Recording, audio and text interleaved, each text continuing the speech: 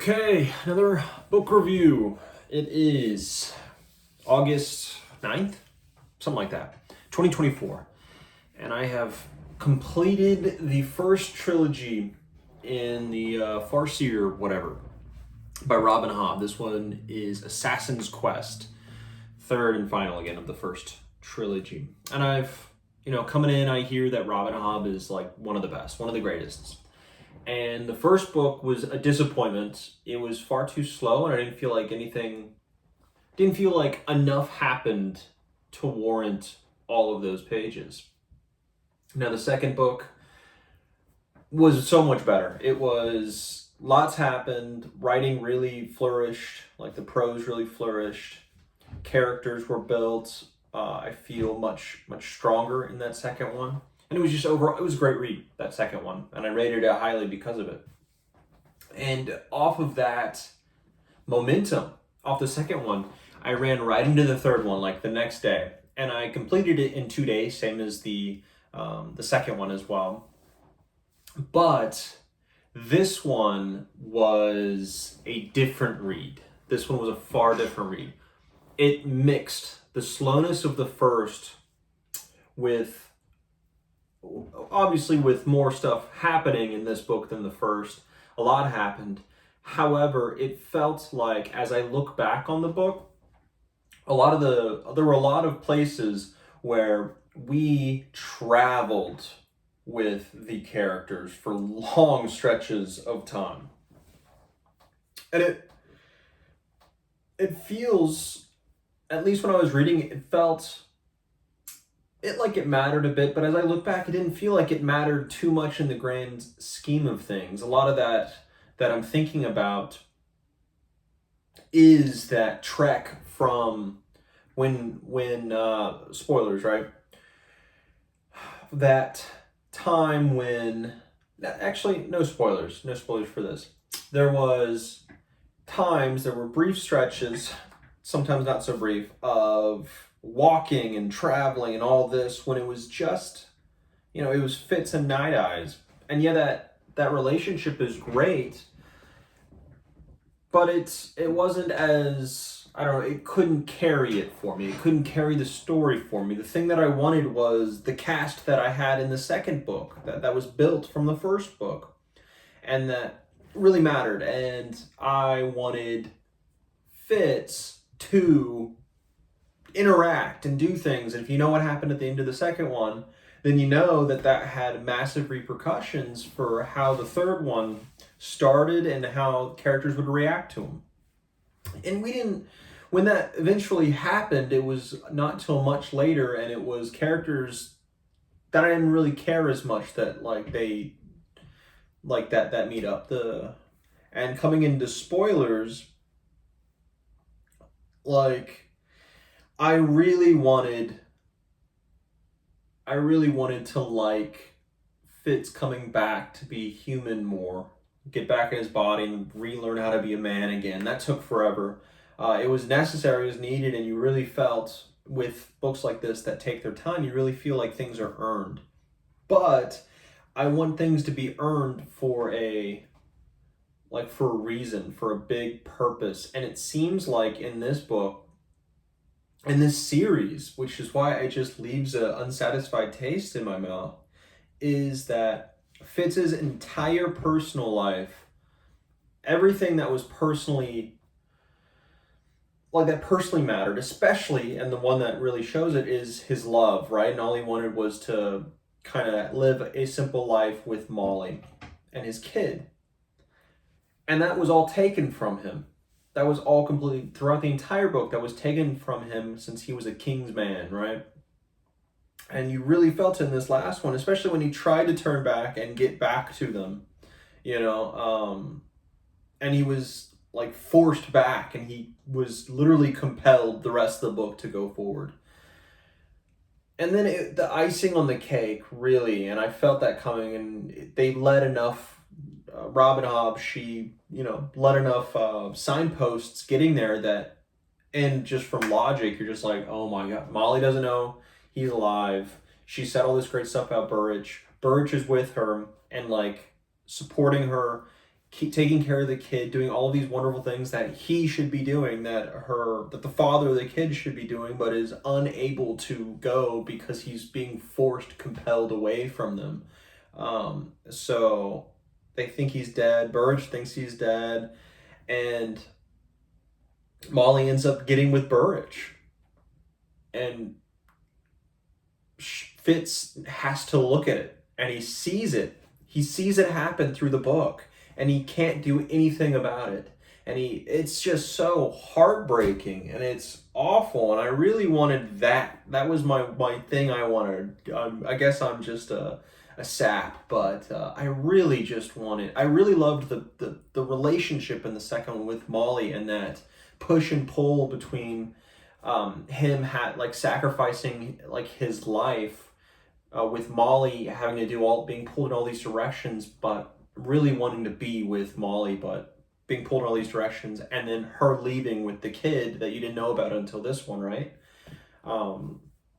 And the satisfying conclusion that I'm sure Hobb saw and went away from, that's what she did, and I'm sure a lot of people love, but is not for me, is the being pulled in all these directions to be Kingsman ended up winning out, and he did not get his life. He did not get his happy ending, and he lost his love. And it was just, that so unsatisfies me. I don't relish in that. I don't relish in this.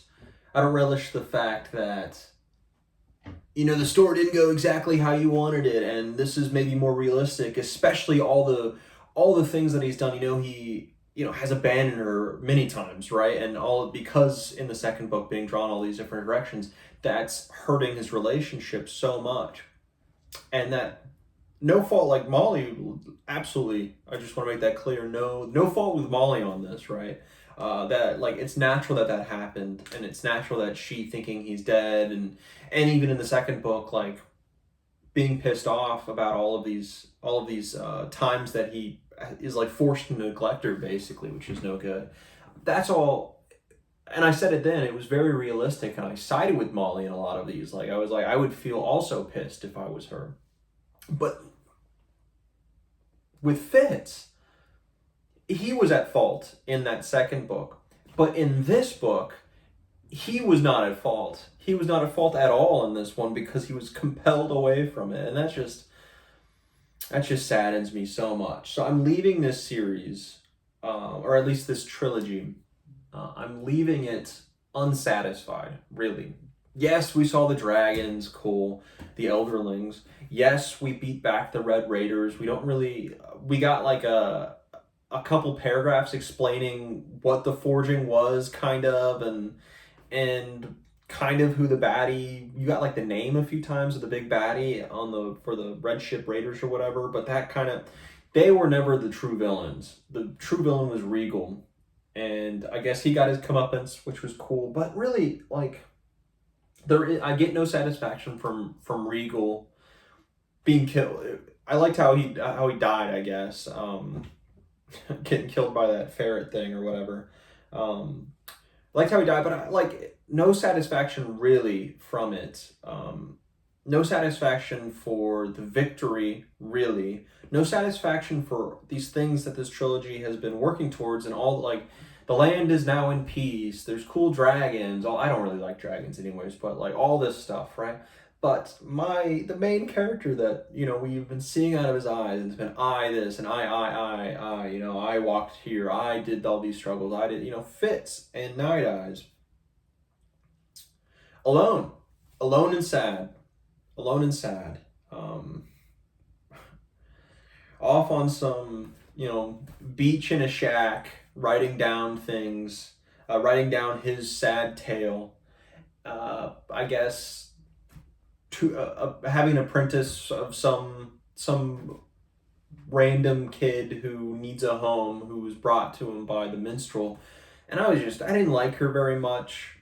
As a character, I guess cool, but she is not the love that Fitz wanted. He wanted, fully to be there. He wanted someone to like sit back, he wanted to come back at the end of the day and share a life with someone, and instead he gets like intermittent trips back from this minstrel where they, have sex, and then she leaves and goes do more minstrel things, and he's like left there to write stuff and then sit on a beach and use his skill to look around him, right? And that is such an unsatisfying ending, an incredibly unsatisfying ending. Some people might like it, that might be some people's cup of tea, but yeah, I certainly didn't. Now, I am heartened a bit by the fact that more books happen. I know Live Ship Traders is a thing, and that's like I've heard it's a trilogy, it's a great trilogy, all that, but different characters. And who knows, before, after, whatever. But I think Fitz and the Fool happens later. I don't really care about dragons at all. 0% care about dragons. They're not really cool to me or anything, so I know that just from the titles of the books that dragons feature heavily in future books. And it's called Realm of the Elderlings, right? And Elderlings are dragons, so whatever. I hope I can find happiness with Fitz, or Fitz can find some happiness later on in this series, but like right now I am devastated, and I'm going to probably push the next books at least for a little bit. I know it's a great series, so I have that to look forward to. But I am saddened, and I have to find something feel good, because this is just too disappointing. I wrote some stuff down, just a little bit, not going to be very long. Yeah, I felt no victory. The victory was hollow to me because Fitz didn't have any. So there is power with that in this book, in which I felt things. It's not that I feel nothing, because that's the opposite of what anything that I would want to feel. So at least it made me feel something. Yeah, the characters are very, very well written. They feel like real characters. I got attached to them, and the prose is very nice, flows great. I can picture everything, which is not the case. And you think it would be the same that way for a lot of books. But even in really good books, I can't picture stuff, and I kind of have to muddle through scenes a lot of times. In this series, not at all. I can clearly picture things on orders of magnitude more than so many others. And these, I'm even talking about John Gwynne. I always bring, he's my standard for fantasy, I guess, at this point. He wasn't the first fantasy I ever read, but he's he is excellent fantasy, classic fantasy, slick writing, good action scenes, really quick, the pacing is great, all of that, right? Tropes galore, solid fantasy. So everything is based off of that, really, as I'm thinking. And this had, even in those scenes, they were good that I can visualize things, but not to the extent of this book at all. So that, the prose is just superb by Hobb, yeah. And then for this trilogy, I would say the second book is, if you can tell, my favorite. It had the most heart, for sure. There were no dragons, and it was quick. And there was just no, that long walk, that long journey, I felt, and Robin Hobb makes you feel every second of that journey, really. And I felt it, and I wasn't satisfied with it. It just went overly long, and I was not liking the whining a lot during it for Fitz a lot of times. But regardless, I would give this book probably an 8 overall. I'd give it an 8, and it's severely hampered by the ending.